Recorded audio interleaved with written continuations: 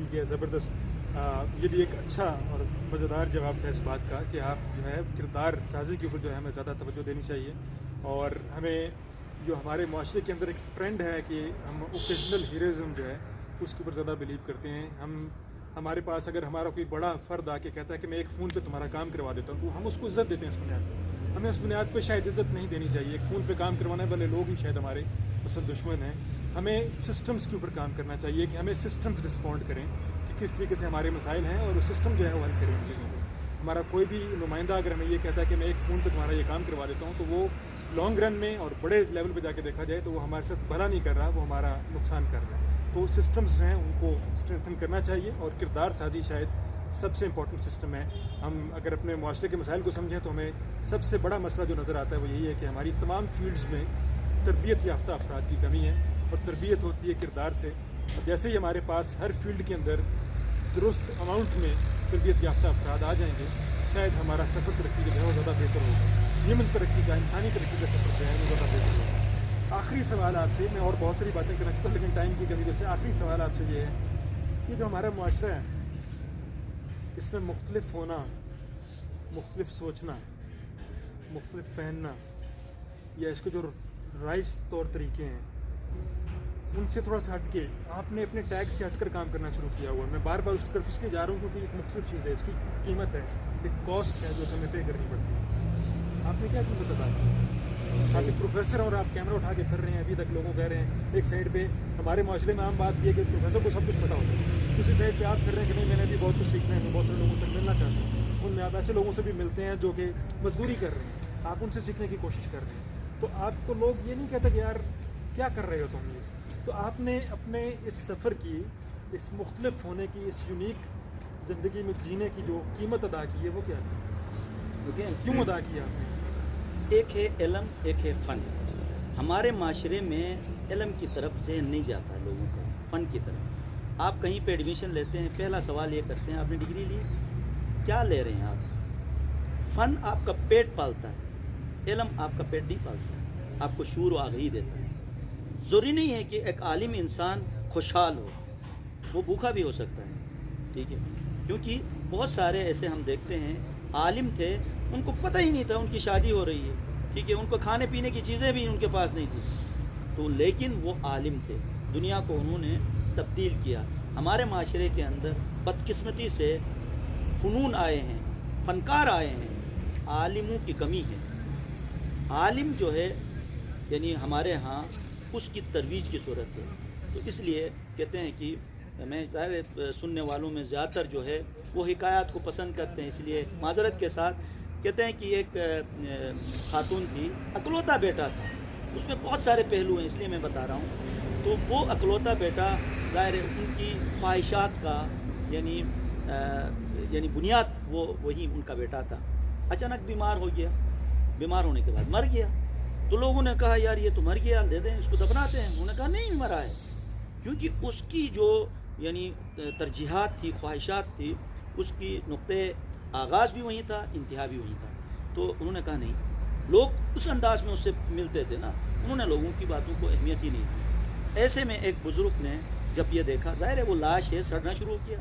تو اس بزرگ کو جب یہ پتہ چلا تو انہوں نے کہا نہیں آپ کچھ نہیں کہیں, اس خاتون کو میرے پاس لے آئیں. ظاہر ہے بچے کو اپنے گود میں اٹھا کے ان کے پاس, انہوں نے کہا یہ لوگ کہہ رہے ہیں یہ مر گیا ہے, یہ جھوٹ بولتے ہیں. بالکل آپ صحیح کہہ رہی ہیں, جھوٹے ہیں یہ لوگ, ٹھیک ہے, یہ مر ہی نہیں سکتا ہے, یہ بیمار ہوا ہے, یہ اس کے علاج کرنی چاہیے. تو انہوں نے کہا اب ظاہر ہے اس کے اندر اعتماد بحال ہوا. تو انہوں نے کہا پھر علاج کیسے؟ انہوں نے کہا جو عام گھروں میں جو نارمل چیزیں ہوتی ہیں, 3 چیزوں کا نام دیا, آپ یہ لے کے آ جائیں. تو انہوں نے کہا وہ تو علاج ہوگا, یہ صحیح ہوگا. انہوں نے کہا بالکل فرسٹ کلاس ہو جائے گا. تو انہوں نے کہا ٹھیک ہے میں لے آتی ہوں. دروازے کے پاس گئی تھی, انہوں نے کہا کہ دیکھیں اس گھر سے لانا جہاں کوئی نہیں مرا ہو. تو یہ انہوں نے کہا ٹھیک ہے میں ابھی جا کے لے آتی ہوں. پہلا دروازہ کھٹکھٹایا, اندر سے آیا, یہ چیزیں ہیں؟ ہاں ہے, آپ دے دیجئے گا. انہوں نے دے دیا. کہا آپ کے ہاں کوئی فوت تو نہیں ہوا؟ انہوں نے کہا ہاں ہمارا والد صاحب فوت ہوا, کسی گھر میں بھائی.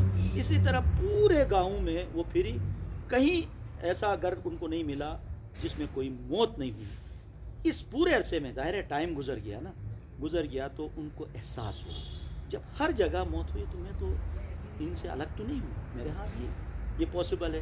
اس کے بعد پھر وہ آئی بزرگ کے پاس، انہوں نے وہ لاش انہیں دے دیا، کہیں کہ میں اس فلسفے کو سمجھی. گلگت بلتستان کے اندر بہت سارے جگہ ایسی ہیں جہاں پہ یہ کہا جاتا کوئی بات ہو تو عموماً بڑے ان کو نصیحت کرتے تھے، کبھی بھی یہ جو دیوار ہے، جو آپ دیوار کے ساتھ کھڑے ہیں، غصہ آ جائے تو وہاں سے پتھر اٹھا کے نہیں مارنا، بلکہ 10 قدم آگے جا کے کھیت ہے، وہاں سے وہ پتھر اٹھا کے آپ ماریے. اب دیکھیں نا، بظاہر ایک جملہ ہے، اب اس میں وہ بندہ یہاں سے چل کے وہاں تک جاتا ہے تو اس کے اندر قرار آتا ہے، ٹھہراؤ آتا ہے. تو ہمارے ہاں بھی ظاہر ہے بہت ساری چیزیں ایسی ہیں جس میں ٹھہراؤ نہ آنے کی وجہ سے مصیبتوں میں، پریشانیوں میں ہم انوالو ہوتے ہیں. اس کے لیے ضرورت ہے کہ ہم ان چیزوں کو لے کے آگے بڑھیں. یہ بڑا اچھا جواب تھا جی، اور میرا خیال ہے کہ اگر ہم اس کو سم اپ کریں اگین، تو میں نے ان سے سوال یہ کیا تھا کہ آپ نے ایک مختلف روٹ اپنایا ہوا ہے ہماری سوسائٹی میں.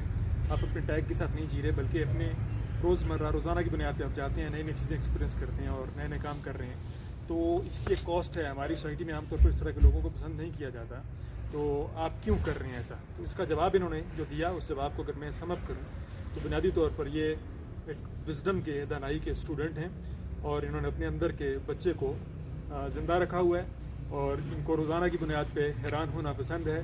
روزانہ کی بنیاد کو ان کی نئی نئی چیزوں کو لے کے اپنے ذہن کو اس کی آبیاری کرنا، اس کو نئی نئی چیزیں دینا، انوویٹیولی سوچنا، سمجھنا، ان کو اپروچ کرنا، کہانیوں کی مدد سے زندگی کو سمجھنے کی کوشش کرنا.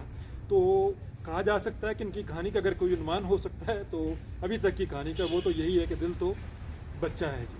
اور بہت کم لوگ ہیں جو اپنے اندر کے بچے کو نرش کرتے رہتے ہیں ساری زندگی. ہم کہیں 17, 18, 15 کی عمر میں اپنے اندر کے بچے کو ایک بڑی شدید قسم کی نیند کی گولی دیتے ہیں جس سے وہ پوری زندگی سوتا رہتا ہے اور وہ جاگتا نہیں. تو چند ہمارے معاشرے میں لوگ ہیں، میرا خیال ہے، جو کہ اپنے اندر کے بچے کو زندہ رکھتے ہیں، اس کو نرش کرتے رہتے ہیں، اپنی حیران ہونے کی صلاحیت کو روزانہ نرش کرتے ہیں. حیران ہونا بذات خود جو ہے وہ ایک بہت بڑی اور میجر قسم کی صلاحیت ہے جس کو ہم جان بوجھ کے چھوڑاتے ہیں. خاص جگہ پہ جا کے ہم اپنی زندگی میں یہ کہنا شروع کر دیتے ہیں کہ مجھے سب کچھ پتہ ہے. ایون ہمارے سامنے کوئی حیران ہونے والی چیز ہو بھی رہی ہو تو ہم وہاں پہ ایسے کول پلے کرتے ہیں کہ وہ مجھے تو یہ سارا پتہ ہے. تو اصل لوگ وہی ہیں، ڈاکٹر صاحب جیسے، ڈاکٹر مدنی صاحب جیسے اصل لوگ وہی ہیں جو جہاں پہ بھی زندگی کوئی حیرانی آفر کرتی ہے تو ایک بچے کے دل کے ساتھ اس حیرانی کے لیے اپنے ایکسپیرینس کو کھول دیتے ہیں، اپنی سائیکالوجی کو کھول دیتے ہیں، کھل کر اس کو ریسیو کرتے ہیں، کمپلیٹلی اس ایکسپیرینس کے اندر جاتے ہیں. تو پھر اس طرح کے لوگ جب بولتے ہیں کسی جگہ پہ تو لوگ کہتے ہیں کہ یار اس بندے کو بولنے کا مزہ آتا ہے.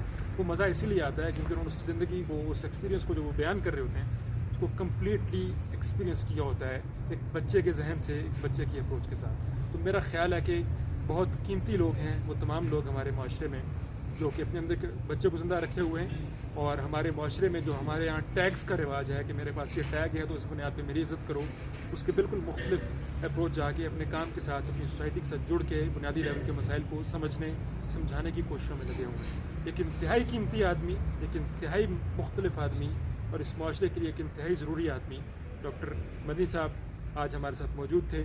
مجھے ان کا انٹرویو کر کے بہت اچھا لگا، میرے لیے بہت کچھ سیکھنے کو موجود تھا، اور میرا خیال ہے کہ میری زندگی کے بہترین انٹرویوز میں سے ایک انٹرویوز گنا جائے گا یہ. Thank you so much doctor صاحب. آخری سوال میں آپ کے بیٹے سے کروں گا. زید ادھر آ جائیں آپ. کیسے ہیں آپ؟ ٹھیک ہیں زید؟ یہ بتائیں کہ آپ کو اپنے آپ باقی لوگوں کے ابا جو ہیں وہ بچوں کو اسکول بھیج دیتے ہیں، ٹھیک ہے، اور ان کو بتاتے ہیں کہ آپ جا کے اسکول میں جو ٹیچر پڑھائے گا وہ پڑھیں.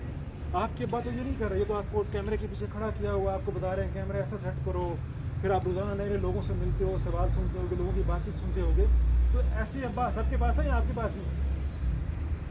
دنیا میں کچھ لوگوں کے پاس ہوں گے. ہاں، تو یہ ایک مختلف ابا ہے نا.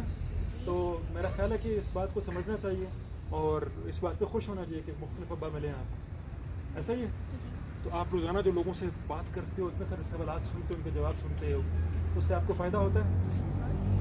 تو پیرنٹس کو کیا کرنا چاہیے؟ وہ جو 2+2 4 ٹیچر اسکول میں پڑھا رہا ہے اس پہ چھوڑ دینا چاہیے، یا اس طریقے سے زندگی کے اندر شامل کرتے ہوئے بچے کو روزانہ جو ہے ایکسپیرینسز امپورٹنٹ ہے نا. آپ نئے نئے لوگوں سے ملتے ہو، سارا کچھ کرتے ہو.